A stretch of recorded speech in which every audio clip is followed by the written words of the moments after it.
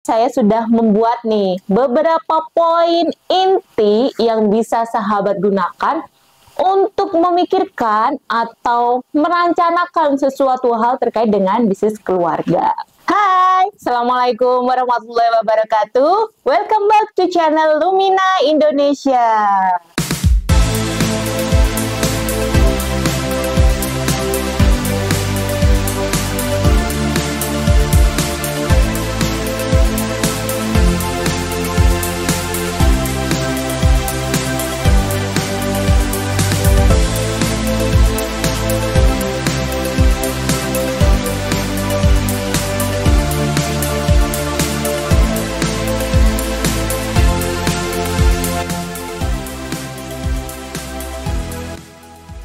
Siapa nih sahabat semuanya yang punya keinginan membangun bisnis yang bisa diwariskan untuk keluarga? Atau mungkin sahabat sekarang sedang menjalankan bisnis keluarga dan bingung banget nih, stuck, nggak tahu apa yang harus dilakukan untuk memberikan pertumbuhan yang positif di bisnis keluarga. Atau juga sahabat yang sedang punya rencana bikin bisnis keluarga tapi nggak tahu juga caranya. Apa sih yang harus saya ketahui terkait bisnis keluarga? Terus gimana sih caranya saya membangun bisnis keluarga? Nah, sebenarnya bisnis keluarga itu apa sih? Oke, sahabat harus stay tune ya di video ini sampai akhir karena kita akan membahas hal-hal tersebut terkait dengan bisnis keluarga. Mulai dari aset keluarga, hambatannya, terus bagaimana cara membangun bisnis keluarga dan apa yang perlu diperhatikan yang kita bangun dan peran keluarga itu seperti apa. Oke, gimana nih? Cukup penasaran? Langsung aja kita mulai. Di bisnis keluarga, kita akan berbicara tentang mapping atau bagaimana menata, mengatur, membangun, dan mengembangkan sebuah bisnis keluarga. Di sini, map bisnis keluarga saya sudah membuat nih beberapa poin inti yang bisa sahabat gunakan untuk memikirkan atau merencanakan sesuatu hal terkait dengan bisnis keluarga. Jadi sahabat semuanya, di sini ada 1, 2, 3, 4 ya, map dalam bisnis keluarga yang perlu diperhatikan. Yang pertama nih, kita akan mulai dengan sebenarnya apa sih kontribusi keluarga terhadap bisnis. Ini perlu dijelaskan dengan detail di awal. Karena kalau sahabat tidak bisa mendeskripsikan ini dengan detail, otomatis nanti ketika berjalan di pertengahan akan mengalami kebingungan. Apa kontribusinya ini, misalnya apakah kontribusi terkait dana, apakah juga ikut kontribusi terkait dengan manajerial, ataupun kontribusi terkait dengan network, dan yang lain sebagainya. Itu tergantung dengan karakteristik bisnis keluarga yang ingin dibangun sahabat semuanya.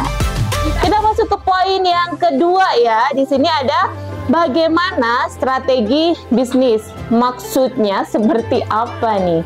Jadi di pertama tadi kita sudah berbicara sebenarnya apa sih kontribusi keluarga bagi bisnis. Nah, di poin kedua ini kita akan berbicara bagaimana keunikan dalam sebuah keluarga ini dan bagaimana membangun strategi bisnis berdasarkan keunikan dari keluarga. Contohnya seperti apa nih sahabat semuanya? Toyota tentu sudah tidak asing ya bagi kita semuanya. Jadi Toyota ini sahabat dinobatkan sebagai perusahaan otomotif terbaik dunia. Karena salah satunya mereka juga menerapkan konsep continuous improvement atau kaizen dan dua konsep yang lainnya.